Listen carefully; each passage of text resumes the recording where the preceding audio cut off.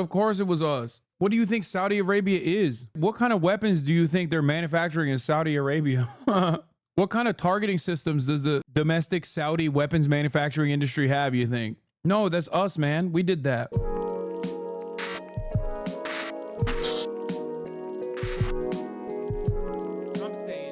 That's it, baby. Let's go. It's Johnny Harris time. Welcome Johnny Harris into our homes. We are going to be talking about the Houthis today. Along the banks of the most important waterway on Earth sits the country of Yemen, a place that was two countries for decades until the year 1990 when it was unified into one, a fragile patchwork of groups, all with different tribal backgrounds, religious beliefs, and political aspirations. The story I want to tell starts in the 90s, when one group forms up in the northern mountains of Yemen. It started by a group of religious Yemenis who call themselves the Believing Youth, who were members of a Shiite Muslim sect called the Zaidi. Zaidi Muslims used to be the majority when the country was split in two, but in the new unified Yemen, they became a minority and felt neglected and discriminated against. At first, the group focuses on rebuilding the Zaidi religious identity, hosting summer camps for young men and offering religious education. But in the late 1990s, the group starts to change in important ways. A member of Yemen's parliament resigns in protest and joins the Believing Youth. He felt that the government of Yemen was corrupt and far too influenced by Yemen's neighbor to the north, Saudi Arabia. Al-Houthi blamed outside influence for many of the country's problems. So as he leaves the government, Al-Houthi uses his wealth and family connections in the Zaidi community to become the leader of the Believing Youth. He wants an Islamic revolution, modeled after the one in Iran, one that kicks out any foreign influence and restores Islamic values. With Al-Houthi's influence, this group of young men in the mountainous region of Yemen starts to change. They begin protesting Yemen's president, Ali Abdullah Saleh. Soon they start taking up weapons, taking over territory, and eventually setting up their own security checkpoints in their region. The Believing Youth are starting to look a lot less like a summer camp and a lot more like a militia, like a rebellion. President Saleh, who had previously supported the Believing Youth, is starting to get worried. And then in 2001, the entire Middle East would change forever. After 9/11, the US launches a war on terror. They ask President Saleh for help, and he cooperates, taking military aid and allowing American special forces to operate inside Yemen, where the terrorist group Al-Qaeda has a presence. 18 months later, the US presence in the region would balloon even more when the American military invades and occupies Iraq. For Al-Houthi and his group... I just want to point out something here. Al-Qaeda still has a presence in Yemen. Al-Qaeda still has a presence in Yemen. And they are using American weapons, or did still have... I don't know what Al-Qaeda looks like in Yemen now, but up until like 2016, 2017, 2018... Al-Qaeda literally operating just like they used to at the behest of the Saudi government was straight up participating in the genocide of the Yemen population being directed by Saudi Arabia. How'd they get the American weapons, chat? One must ask themselves how they got those American weapons. It wasn't an accident. They were working with the Saudi government. Much to consider here. Of young men, this crosses a red line and deeply radicalizes the movement. Al-Houthi criticizes the president publicly for pandering to what he sees as American imperialism in Muslim lands, and many in Yemen agree, joining the movement and bolstering their numbers. Al-Houthi adopts the violent slogan that sits on the flag of his movement to this day: God is great, death to America, death to Israel, curse on the Jews, victory to Islam.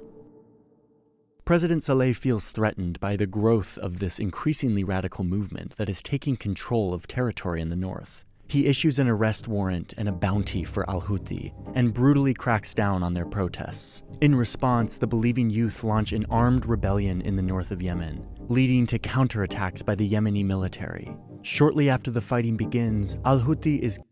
I'm not gonna lie, Johnny Harris videos are kind of a banger when you think about it, because like, if you've already made up your mind about American imperialism being bad or the war on terror being bad, things that he and his audience take for granted as like you know, kind of problematic, but ultimately in the right direction, then yeah, it's like he's not wrong.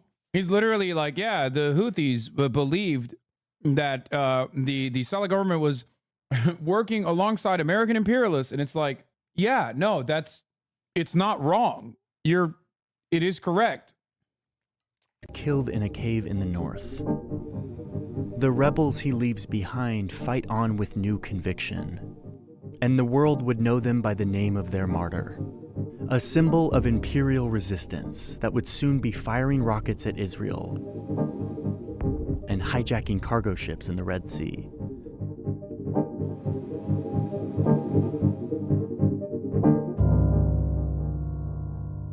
This Yemen story is about to get really fascinating. I'm going to pause for a second because I need to thank the sponsor of today's video. The sponsors are how we're able to do our journalism here on YouTube, so thank you Incogni for sponsoring today's video. I've been using Incogni for about 18 months now, and it has really changed my digital life. Most of us don't know that our information, our name, our date of birth, our address, our browser history is a commodity. It is bought and sold. I'm doing ethical on react. Data market where data brokers make a lot of money selling our information to corporations or insurance companies that want to profit off of us. They have the right to do that. And yet we also have the right to request that our information be taken off of those lists. The problem is, I understand the last line of their slogan is not good, but people like Norman Finkelstein explain why, even though we should not agree with it, shouldn't be surprised they have it.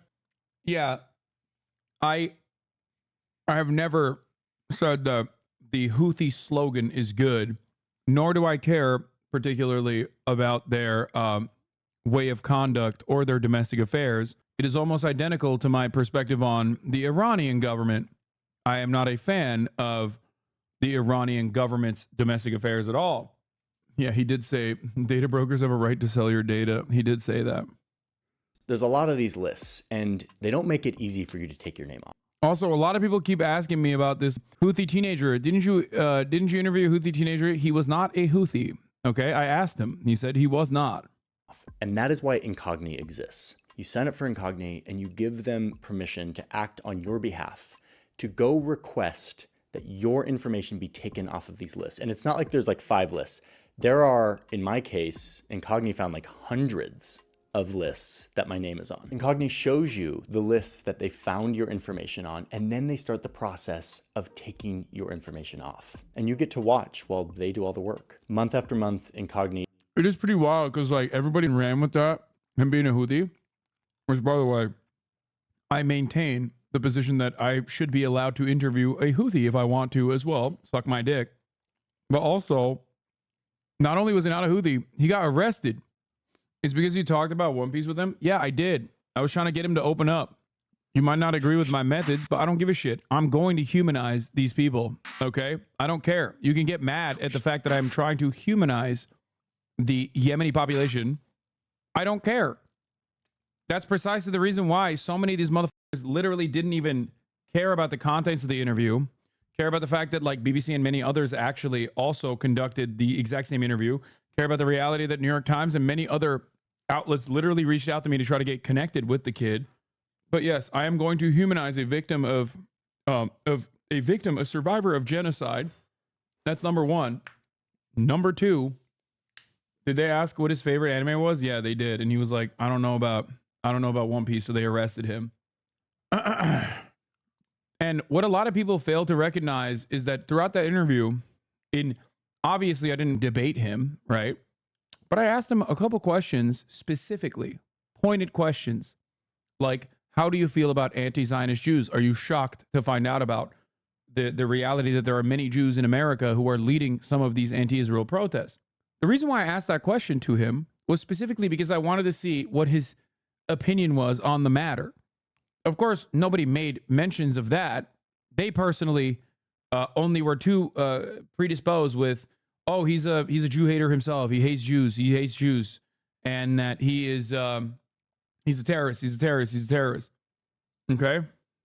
What'd they arrest him for? I mean, I'm pretty sure he's out of jail, but I don't know why he got arrested. He is working for me to keep my privacy and my data safe, which is a really good feeling. So that's Incogni.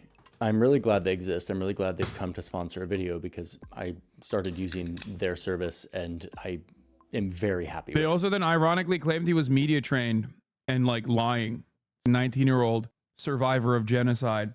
Again, is it classic white supremacist bullshit? By the way, they still bring that shit up every goddamn day. What? They community noted you? Oh, hell yeah. On most major issues that will likely be discussed in the debate, there are significant policy differences between Trump and Biden, including abortion access, tax policy, education, healthcare policy, and more. I mean, their community note is literally my second point.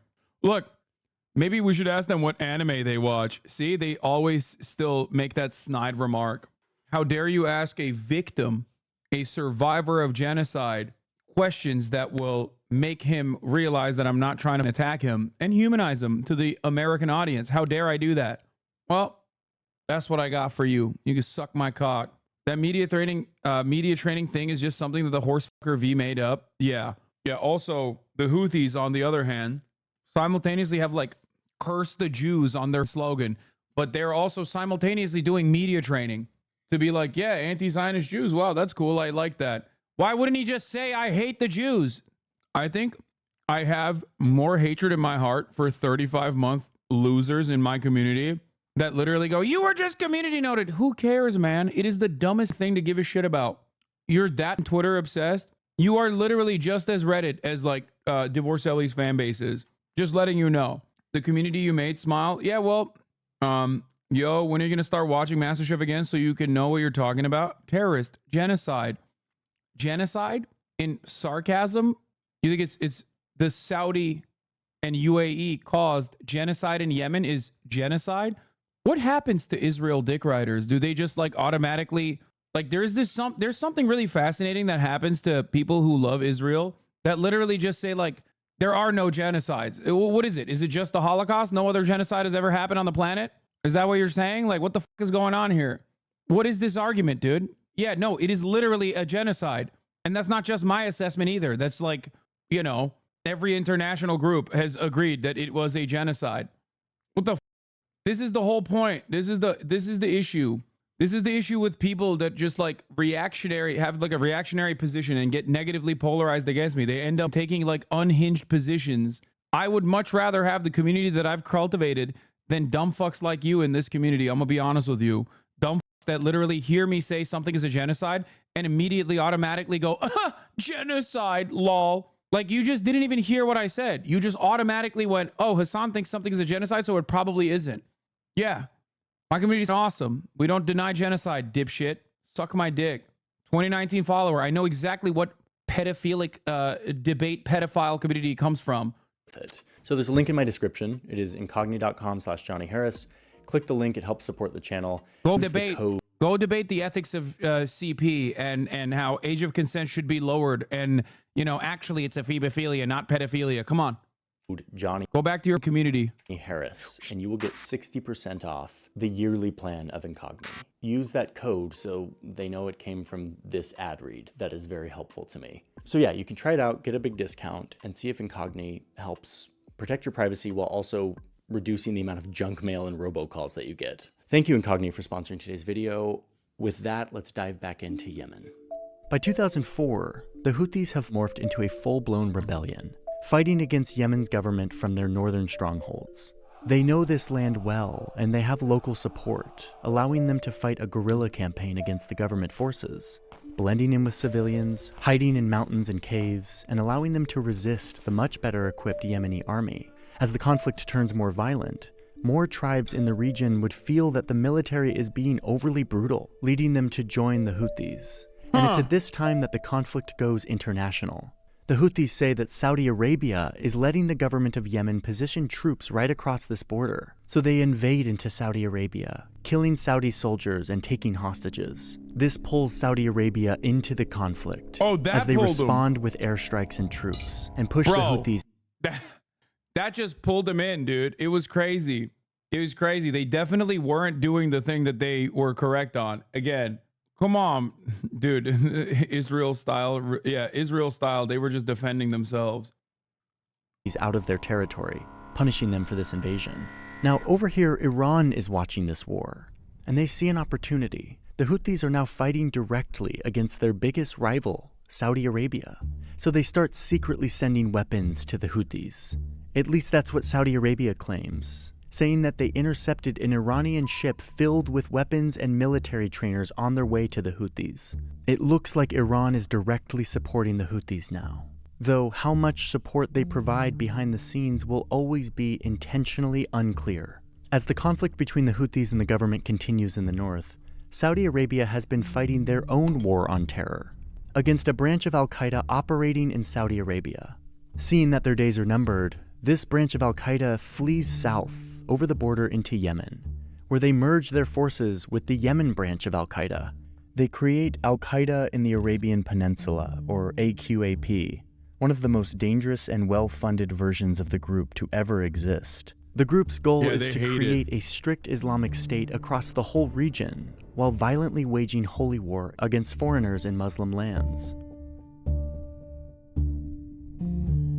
This puts them at odds with both the Yemen. The Saudis hate Al-Qaeda as much as Israel hates al-Nusra, okay? Yemeni government and the Houthis. The conflict is getting more complicated. Around 2011, the region starts to change in big ways. In one country after another, there's an outpouring of public anger on the streets, demanding change from their government, removing old leaders. This is called the Arab Spring. It's upheaval that spirals the region into hope and chaos.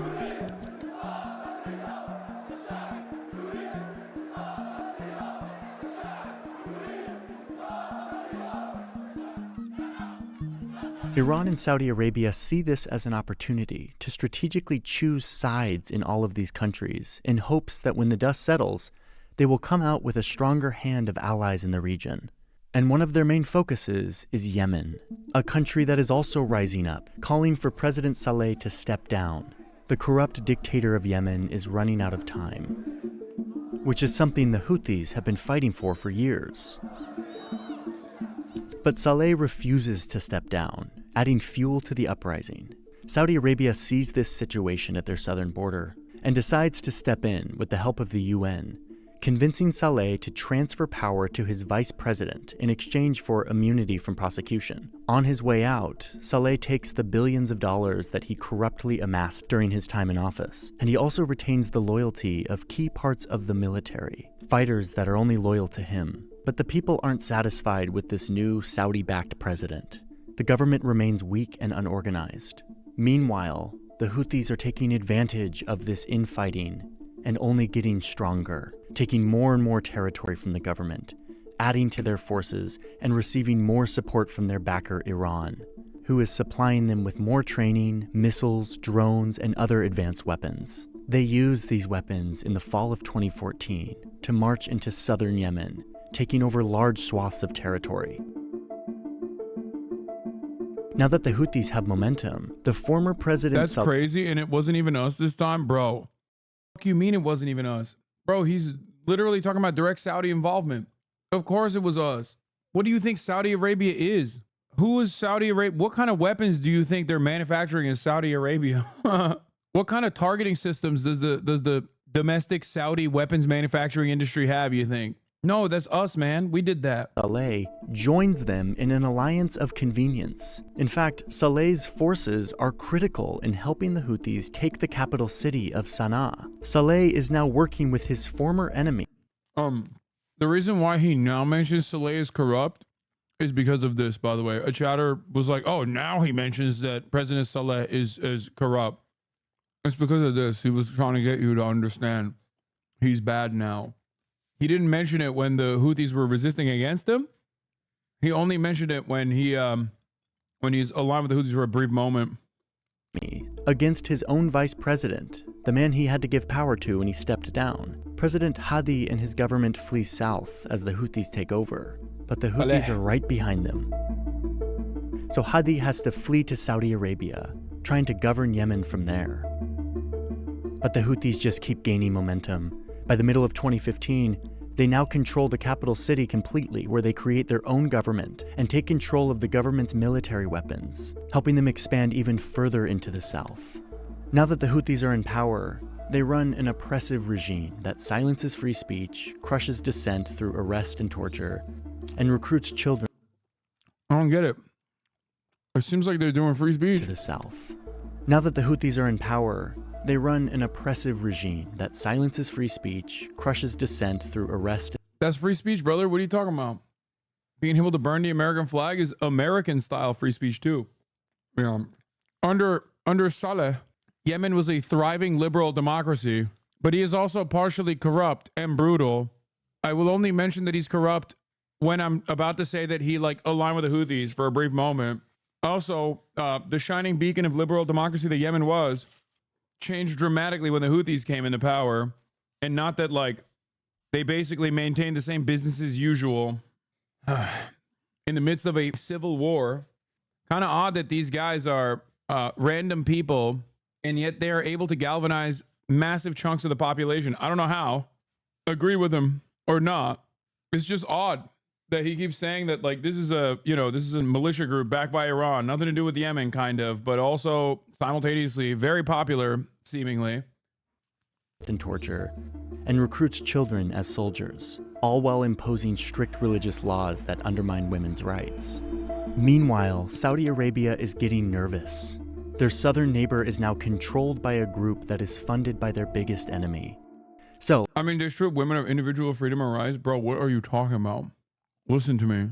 Number one, this is the same exact Saudi propaganda that's hilarious. Yes, brother. Both in Saudi Arabia and in Yemen, women's civil liberties wasn't great. Okay? Before and after the Houthis. What are you talking about? This does not mean it's good. But remember how you only bring that up for one side of the argument when the other side is the genocidal force that has the exact same domestic policies, worse domestic policies? Yeah, when you say it like that, you make it seem like they have pride rallies before the Houthis came, you know? Saudi girls on my college course in 2014 had never driven a car because it's illegal. Yeah, they also probably came to the United States of America with a male member of the family because they are because they can't travel on their own usually to the United States of America. I mean, it's cool that the government literally pays for your male family member as well for you to go to school in America, but also not great that, that's a thing. That law was removed. Oh, it is? Back when I went to college, it wasn't. It was definitely still in place. To be fair, Qatari dancer, I went to college in 2009. I am old. It might have been a part of MBS's charm offensive where he did some reformation. Not a lot. Some. Saying women are allowed to drive cars and shit. Not sure what your point is. Saudis and Houthis are both shit for the people. Brother, you are in the United States of America. What the fuck are you talking about? Our involvement in both of these countries have been objectively bad for both of these countries. On the Saudi front, our maintenance of the monarchy and its grip on power has created an environment where no real change will ever occur. On the Yemen front, we funded and facilitated the same exact type of regressive thinkers, I guess, if you want to think about their domestic policy, in funding and facilitating a genocidal campaign in Yemen. When we talk about these issues, people love bringing up the domestic affairs of Yemen to be to just never really focus on what we're actually saying. What we're actually saying in this conversation is well, we have to intervene because Yemen is brutal and repressive in its regime. And it's dude, what are you saying? The people interfering are also brutal and oppressive in the exact same way. And they're doing a genocide on top of that. Yes, you got the fascism from the West and Islamism from Iran. Yes, one must ask themselves how Islamism came to Iran to begin with in the degree that it came to Iran. What kind of foreign involvement, I wonder, happened in Iran that led to the Iranian Revolution? This is Americans refusing to learn the lessons from past involvement and then literally using the negative consequences of past involvement and intervention to be we have to do more of that. It is the most American idea, okay, to go, you know what the problem is? We have a lot of gun violence in this country, okay? Mass shootings are happening daily, right? We also have more guns in circulation than we have people in this country. What's the solution to this problem? More guns. Arm the teachers. Hello? It's the most American concept. Americans love looking at a problem that they caused and then being like, you know what, we'll fix this problem. More of the same problem. It's so dumb. I don't know. I don't know what else to say beyond it. Yeah, traffic in LA, more lanes. But without local support, then the revolution could not have been taken over. Wait, what? Brother, I don't think you understand what the words that are coming out of my mouth. The local support for Islamist movements, fundamentalist movements, literally gain more momentum when they are launched against Western imperialism. It goes back to my argument. Okay? That is how people go, you know what? I'm not the biggest fan of the fundies, but it turns out they're not wrong. It turns out maybe they're right about the Shah. That's it. It is kind of funny calling the Iranian government fundies, because it is. There are fundamentalists, but it's just funny to call anything but Christian fundamentalists fundies. They recruit the support of countries around the region and invade Yemen with the goal of removing the Houthis from Is permission from a male guardian? They don't have to join them on the trip. Not better, just saying, oh. power. The war is led by Crown Prince Mohammed bin Salman, Saudi Arabia's up-and-coming leader and defense minister. He starts with a widespread bombing campaign and a naval blockade that prevents shipping in and out of the country, with the goal of trying to cut off support coming in from Iran. The Crown Prince turns to the United States in need of more weapons for this war. While the US leaders are reluctant to get involved in another Middle East conflict, they also want to maintain a good relationship with Saudi Arabia, who is their major security and energy partner in the region. They also have an interest in weakening al-Qaeda's growing presence in Yemen. So in addition to supporting this war with logistics and intelligence, President Obama approves billions of dollars of weapons, planes, tanks, and even weapons banned by most of the world for how dangerous they are for civilians, like cluster munitions. Reluctantly. This quickly turns Saudi Arabia into the largest importer of American weapons for the next... Guys, you don't understand. Obama did it reluctantly. Obama reluctantly did a genocide in Yemen. Reluctantly. Just like Joe Biden is reluctantly doing a genocide in Gaza. Reluctantly.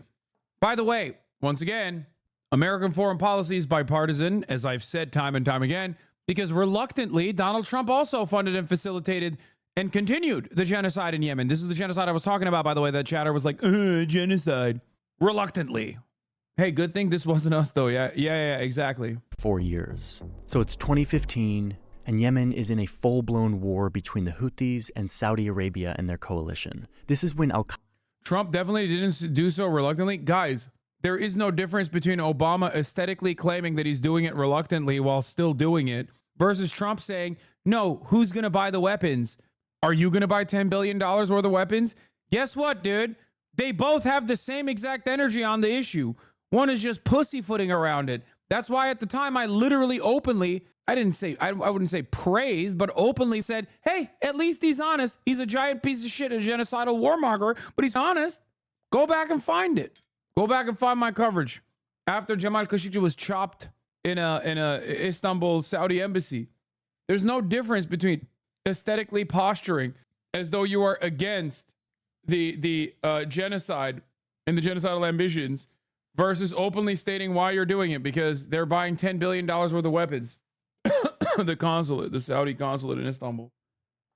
Qaeda, who's not on either side, takes advantage of this chaos and makes a land grab in the middle of Yemen. They take major cities and clash with government forces. Also taking advantage of the instability is the terrorist group ISIS, who come to Yemen and fight the Houthis and al-Qaeda at the same time, though their attacks are scattered and they don't control significant territory. The US then gets more involved by launching airstrikes at al-Qaeda and ISIS targets to stop them from gaining any more territory. They try to kill their leadership, but the US has to do this carefully because they don't want to engage the Houthis. Their fight is with al-Qaeda and ISIS.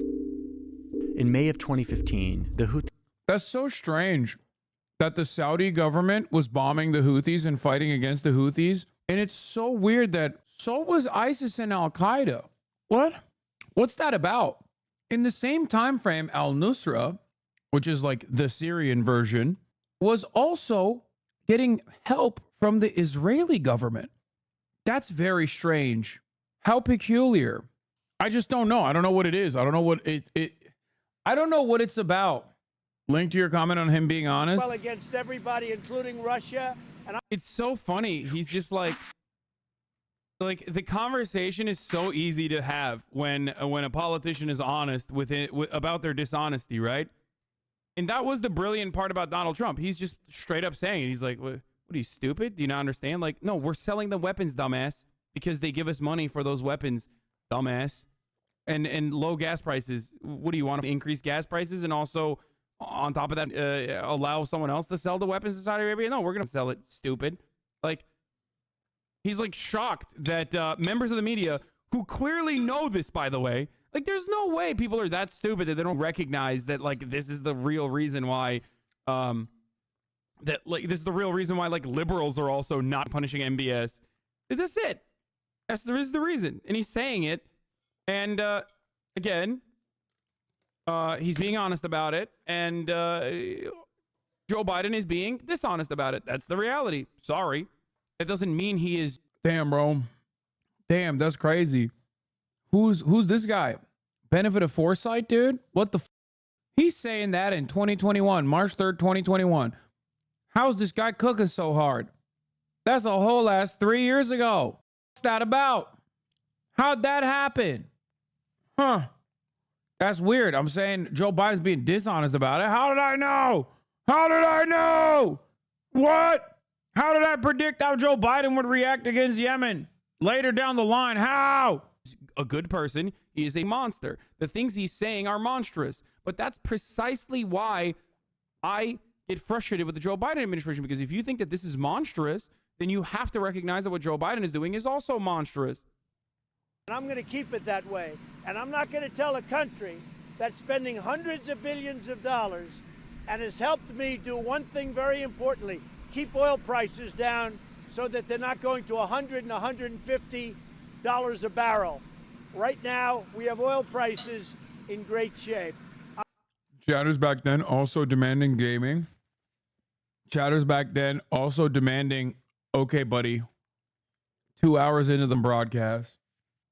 That's awesome. These attack a city just across the border in Saudi Arabia, killing 2 and taking hostages, forcing an airport to shut down. The Crown Prince doesn't take being attacked on his own soil lightly, especially by Iran's proxies. So over the next 24 hours, the Saudis launch 130 airstrikes in Yemen, hitting homes, schools, and hospitals. Thousands are forced to flee from their home. Hundreds are reported dead, though we'll never... Bro, this is literally... Yo, Johnny's literally doing like Israel-style propaganda, but this time for Saudi Arabia, which I think is cool. Like, at least it's a unique perspective. It's refreshing to hear it. He's defeating the Islamophobia allegations pretty aggressively, in my opinion. You could verbatim repeat exactly the same things he said without changing much of the words. Like, substitute Houthi for Hamas, not even change all that many letters, and substitute Saudi for Israel. Keep Iran the same in the equation, and you literally have one-to-one why Israel must do ethnic cleansing in Gaza. Straight up. But yeah, once again, I want to cherish Johnny Boy here. My man is so pro-Islam. He's pro-Saudi government. I respect it. It's cool. What is it? Uh-oh. Fix it. Uh-oh. Fix it. Was my picture more clear back then? No. Never know the real death toll. These strikes are almost immediately called war crimes, but the Crown Prince doesn't back down. His coalition then sends in ground troops from the south, pushing back the Houthis and taking back the city of Aden. He's behaving as if he's fighting his greatest enemy, Iran. It's a vicious cycle that is common in proxy wars like this, and it lands the people of Yemen in the worst humanitarian crisis in the world. The international community tries to intervene with diplomatic efforts to stop the fighting, but over the next 6 years, those efforts would fail, and Saudi Arabia would continue its brutal campaign, all using American weapons. The Houthis continue to fight to show that they are... The international community was like, oh, please stop it. Also, here's billions of dollars of weapons. But please stop it. Guys, we can't stop it. We can't. We want to stop it. We just simply can't. Guys, our hands are tied. This is why you must understand why we offer unconditional support to Israel. Because we offered unconditional support to Saudi Arabia. Okay? This is why I laugh when motherfuckers say, Hasan, don't you think that Jews control American politics? It's like, yeah, dude, so does Islam, I guess.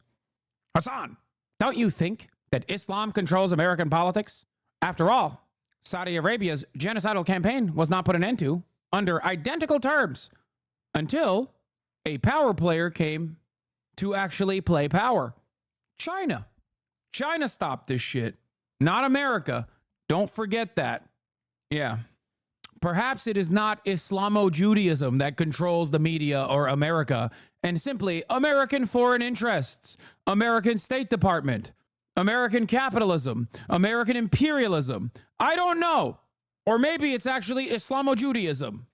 Now, to be fair, the American government also not Islamophobic. Look at, after all, they did the same level of care and consideration for Saudi Arabia's ethnic cleansing operations as they are giving the same care and consideration to Israel. Just saying. Of course, the victims are always Muslim, whether it is ISIS, the Saudi government, or Israel conducting its operations. It's always the Muslims that are getting ethnically cleansed and displaced by the millions. Even the Turkish government in the northern Syrian corridor. It's always the Muslims. They are legitimate, that they are the government of Yemen. They aren't just doing Iran's bidding.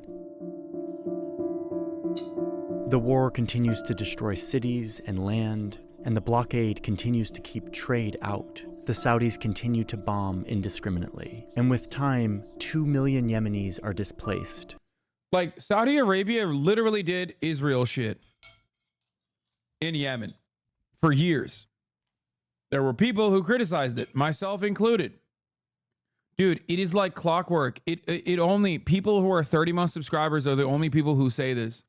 I'm beginning to recognize a pattern here. Brother, who cares? Brother, who cares, brother? Have you guys noticed what I'm noticing as well? There was another one that I didn't actually point out. It's almost always 30-month plus subscribers that immediately go, dude, I can't believe you got community noted. Yeah, dude, they're Nazis, man. It's the Nazi website. Who cares? Forced to leave their homes to flee this violence. 150,000 civilians have had no But this doesn't stop the Houthis from escalating their offensive. They start attacking Saudi Arabia directly with missiles and drones in their capital city and their civilian airports, using weapons. They went nutty mode. Bro, I don't know if they blew up the oil refinery during Formula One, or maybe if, I don't know, it might have come from this side. I'm pointing my mouse on this direction. Who's to say? But it was pretty crazy. That's part of the reason why the Saudis then recognized maybe we shouldn't fuck with the Houthis. Maybe we shouldn't fuck with the Yemen population no more. You're crazy if you believe this stuff. Wait, what? What do you think is happening? Dude, that's awesome. It's like, chatters are like, dude, nothing happened in Yemen. You're crazy if you believe this shit, dude. Your first reaction to being community noted was that of excitement. Then you flip hard for whatever reason. Yeah, because at first it was funny, but it's like annoying when so many chatters care about it. And they're like, oh my God, you got community noted. It's a Nazi website filled to the goddamn brim of Nazis. And the fact that people keep repeating it over and over again is annoying. Yeah, to be honest, I usually agree with you on stuff, but I don't know if I can stomach it. The top of the hour ad break is something you have to stomach, okay? Yeah, exactly. Poopy pee-pee man. Yeah, get fucked. I'm half Saudi, and even I don't defend this shit. Chatter has brainworms. Yeah, Chatter's like, Chatters are like, no, you don't understand, bro. Saudi Arabia, if they're America's ally, we're on board. Anyway, pee-pee poo-poo Chatter failed, but it doesn't matter. Although he had to eat the riposte. Ultimately, one thing is unchanging, that there is a 3-minute ad break at the top of the hour. And if you no longer want to see those ads, all you need to do is subscribe for $5 or for free with a Twitch Prime. The scale of the Houthi oil refinery attack was kind of amazing. Well, we don't know if it was actually the Houthis. We don't know. We don't know who did it. The Houthis did take credit for it. That was genuinely a change of pace in the conflict in general, where Saudi Arabia was like, oh shit. Turns out this is costly. This is hella costly for us. Maybe the Houthis were doing it because they were pro green energy. We will never know. Yeah, they read how to blow up a pipeline. Weapons that most believe are coming from Iran. In December of 2017, the Saudis and the UAE convinced President Saleh to break his alliance with the Houthis and return to power as president of Yemen. They hoped that Saleh, the former dictator, might be able to hold on to power and rule more effectively. Saleh takes the deal and changes sides yet again, breaking with the Houthis and joining the Saudi-led coalition. Now he's no longer a corrupt dictator. We've decided now he's a kind individual who is good, actually. Fighting breaks out between the Houthis and Saleh's militias, and Saleh is killed just 2 days later. Meanwhile, in the United States, there's a new president. President Trump orders increased drone strikes and... Some ultra-leftists told me it's Ansar Allah instead of Houthis because it is Ansar Allah.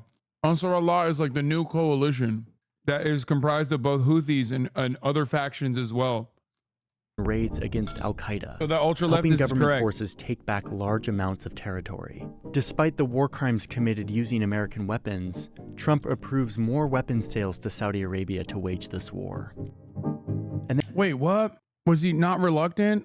then in 2018, the conflict takes on a new dimension. The UAE, who's a part of this Saudi-led coalition, is starting to lose faith in the direction this war is going. They don't like the current government of Yemen, and they're losing soldiers on the ground. It's damaging their reputation on the world stage. So the UAE leaves the coalition, but they still want to influence who will ultimately control Yemen.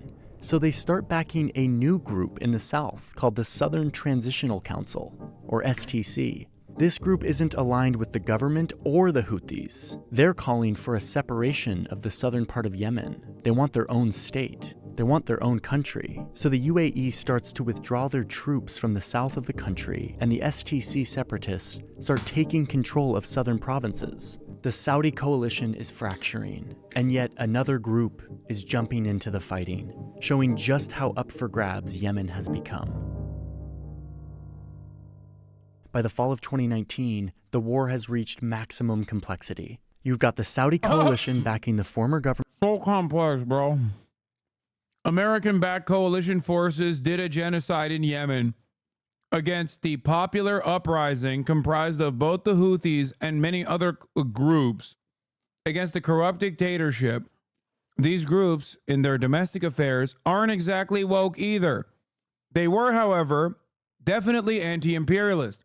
These groups also got funding and facilitation from Iran as a consequence of the coalitions that were attacking Yemen. Who were the coalitions that were attacking Yemen? Well, the Saudi government, American imperialism's very own brown face in the region, UAE as well. It is not that complex. It is yet another instance where we are talking about the genocidal ambitions of America and their allies in a very important part of the country, very important part of the planet for international trade. That's it. It's not complex. Hey, man, I'm trans and I think I decided to vote for Trump. Shut up. You do this every day, dude. You do this every day. Shut the fuck up. We know you're not actually trans, and we know you're not. Actually, you might actually be a Trump voter. You do this literally every day. Stormy Echoes, you literally come into the chat every goddamn day to troll. Okay? Every day. I haven't banned you. I should. Okay? Oh my God. Oh my God. Just shut the fuck up. Just take a day off. Okay? Every day. Chatters know your name. Why is chat laughing? Wait, what do you mean why is chat laughing? We're laughing because we see Stormy Echoes every day try to do new baits while we are Yemen maxing at the top of the hour. Wait, we'll do that later. I got accused of being a spy in a Palestinian protest. Wait, what? Government of Yemen, mostly relegated to the east of the country.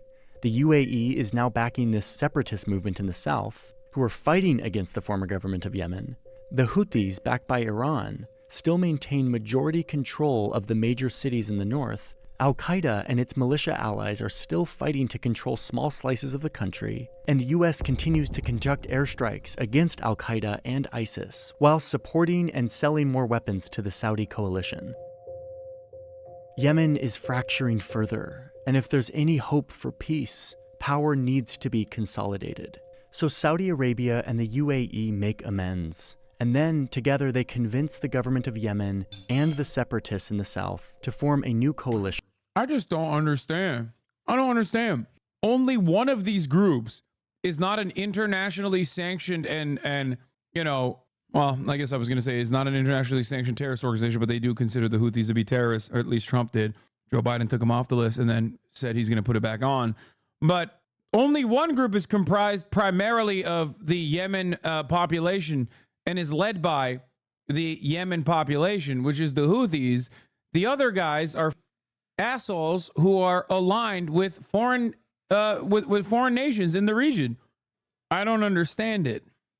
To fight against the Houthis together as a united front. But it doesn't stop the Houthis, who are getting really good at fighting and are firing more Iranian missiles and drones. It's weird how you present Iran's actions as are anti-imperialist when they're doing similar moves to Erdogan with funding Islamic Brotherhood in the region. Yeah, Iran's actions are anti-imperialist. It's just the reality. They're the ones who are literally funding and offering logistics and trading to popular uprisings against imperialist forces. So yes, what they are doing is anti-imperialist. Doesn't really matter at the end of the day, even if you don't agree with them or not. And I don't know if you are actually a Saudi chatter or not, considering that you always bring up the fact that, why don't you mention the history of the region's Western resistance? Saudi Arabian king was assassinated when he made OPEC with Iran to cut oil to the West, pressure against weapon shipments to Israel, then Iran regime change and Egyptian socialist anti-imperialist presidents. Focusing on Iran makes it seem like Iran now doesn't have imperialist actions in the region like everyone else, and after resisting the West was made impossible. The reason why I talk about Iranian action in like both Yemen and Iranian action in Gaza or in the Palestinian Palestine is that because they are the only game in town when it comes to genuinely resisting against American imperialism and its influence and its most violent actions. Osama bin Laden is an anti-imperialist? Yeah, definitely. That's why he was he's such an anti-imperialist. That's why he was armed and trained by both the Saudi kingdom and also by America. You know, a rabid anti-communist. Ultimately, Iran doesn't have to imagine a world where American involvement exists in their country. They lived in it. And if they want to be reminded of how shitty things can be, they could just look to every other regional actor. Same with Cuba and American involvement in Latin American countries. Into Saudi Arabia, hitting state-owned oil refineries and threatening to drive up oil prices globally. By January 2021, the Houthis, a group started to provide religious summer camps to young men, are now battle-hardened, and they control 70 to 80% of the population of Yemen.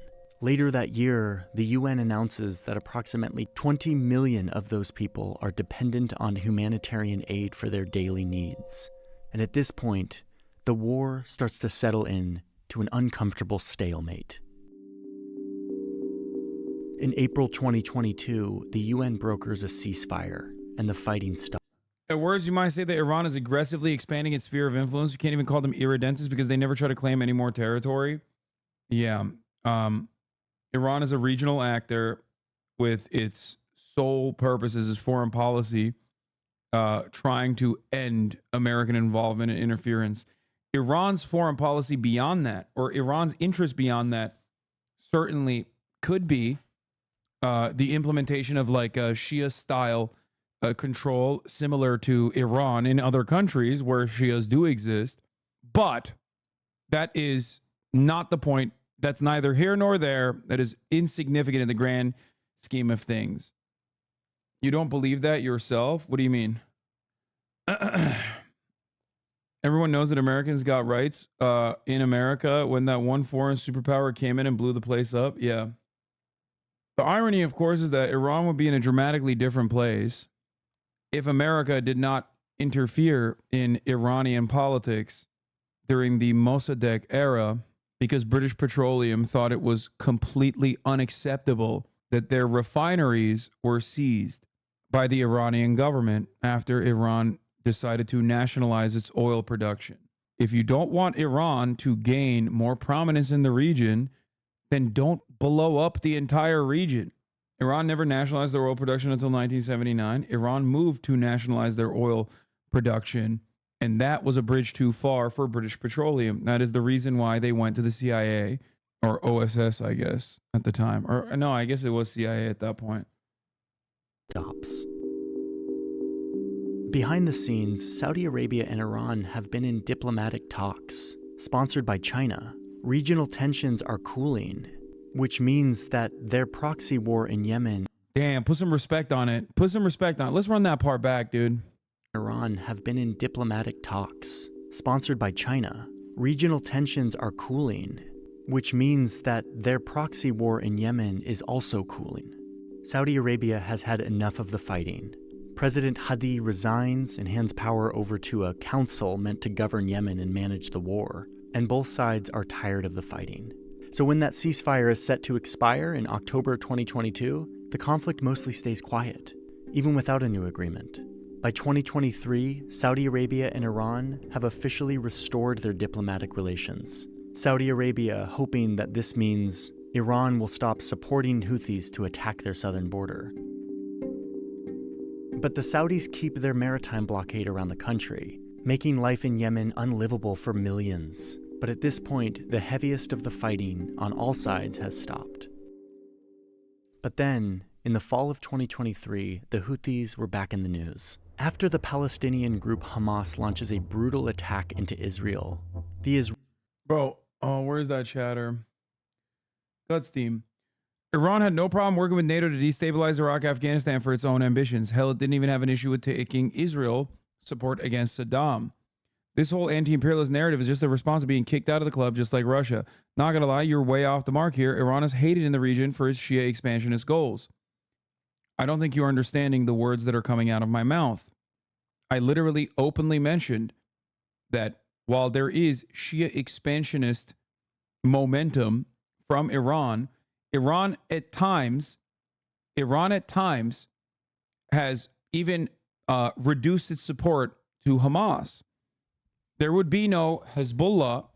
There would be no force of popular resistance against Israel in Lebanon. There would be no force of popular resistance in Palestine against Israel without Iran helping them.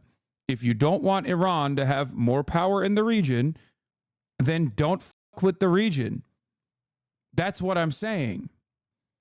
And no, Iran didn't refuse to work with America and NATO in Iraq and Afghanistan. That is correct. It is absolutely correct. He's not wrong. You are wrong if you think that Iran did not offer direct Al-Qaeda targets to America. They did. Iran also literally fought ISIS in these regions as well. So you are wrong. That chatter is right, but not in the way that he is framing the issue. That's why it's so funny when Americans are like, dude, Iran, they're part of that axis of evil, baby. What the fuck? Yeah, let's give him hell. It's like, bro, Iran, even after being put on the axis of evil list by that same dipshit that we were listening to earlier today, chirping about the civility of American Congress, still continued to offer targets to American security forces in the region. Yeah, like the time they wanted to ally with the U.S. to allow them to carry their imperialism, but Israel refused. But I agree with you. The current imperialist regime is a direct result of Western expansion. Wait, what? They wanted to ally with the U.S. to allow them to carry their imperialism, but Israel refused. Okay, that I'm confused as to what you're saying. It's not like Iran is wholeheartedly in support of Palestinian emancipation beyond utilizing popular Palestinian resistance groups to destabilize Israel.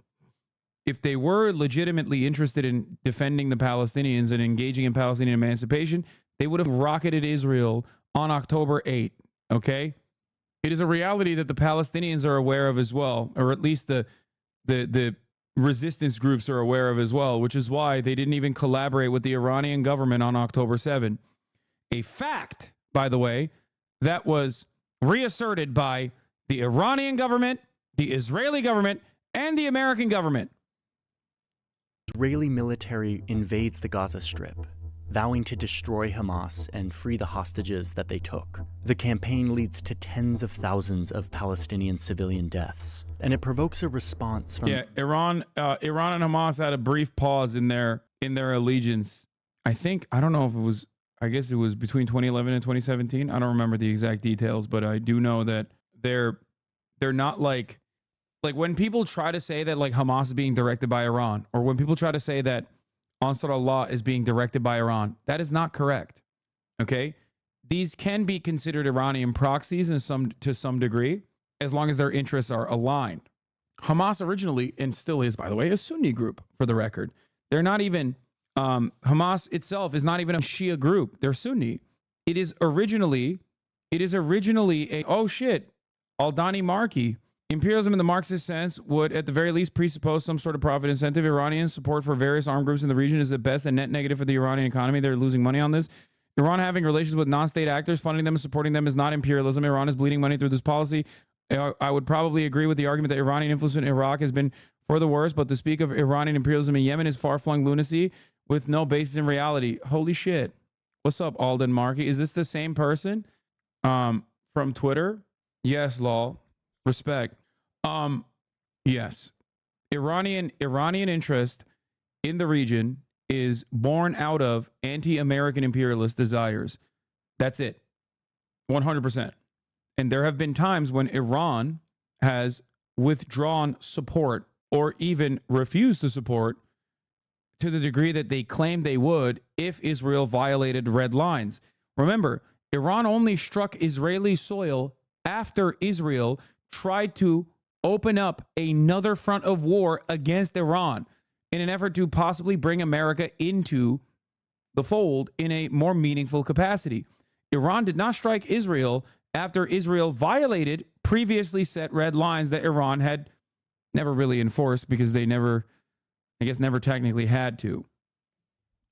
Iran struck Israel after Israel struck the Iranian consulate compound. Okay? That should at least have make you, understand what the Iranian ambition is here. Iranian-backed groups all throughout the region. The Houthis are one of those groups. They launch drones and cruise missiles into southern Israel, vowing that their attacks won't stop until the invasion of Gaza stops. And then they start firing their missiles and drones at cargo ships that are traveling through the Red Sea, where 25% of container traffic travels, a major artery in our global economy. In the days after these missiles start flying, traffic through this Red Sea route declines by 73%. In response, the US and UK shoot down Houthi missiles and drop bombs on Houthi military targets in Yemen, pulling the US and its allies deeper into this enduring conflict. The reason I wanted to tell you this story... Yeah, America was they forced America's hand again, dude. It's just so crazy. The other side of this is never mentioned. Israel, no power whatsoever in the Israel small bean. America also small bean. Poor America had its hand forced. It's just like the brave people of Yemen across the board, which is united on this front, by the way, which people should remember when talking about Yemen. The most uniting principle for the entire country that was under insane blockade and genocide. What united everyone, including those who fought previously against Ansar Allah, was what was happening in Gaza. America could get Israel to stop doing a genocide in Gaza. They could. They just choose not to and then act like the only mechanism of enforcement that they have is by attacking anyone and everyone that has something to say about the genocide in Gaza. Iran by no means is a wonderful country. The Iranian government, I mean. Iran is a wonderful country. It's a beautiful country with beautiful people in it.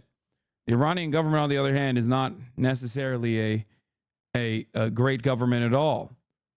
It's just that America, with its actions, is leaving more people to look at Iran in a different way. You don't think cooperation doesn't come with some sort of unequal exchange? I'm not saying America good. I'm not saying America good. I'm saying get your money up, not your funny up. What? You can say the beautiful people part again. It's true.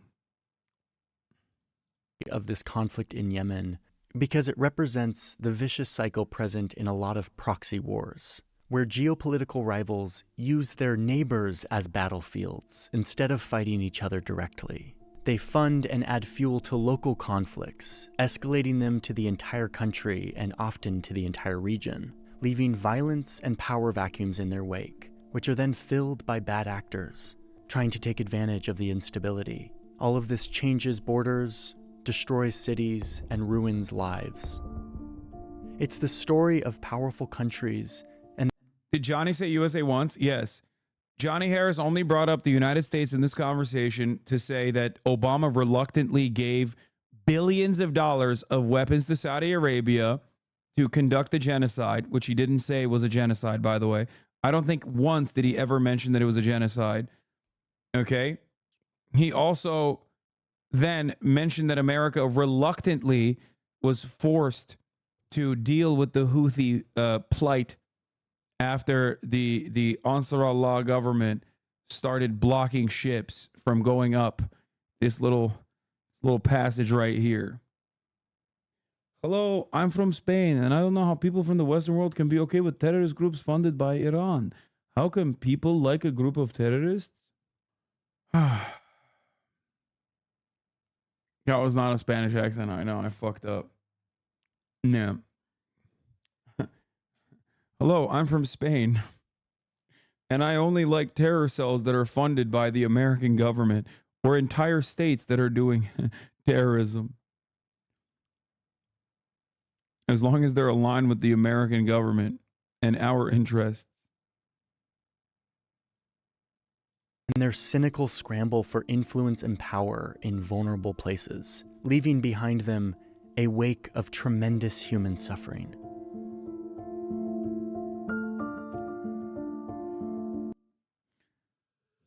Okay. GDF had a good video about how Israel vetoed Iranian efforts in the 90s to befriend America and to be seen as an ally. That's what I meant. In the context of Yemen, things are different. I agree.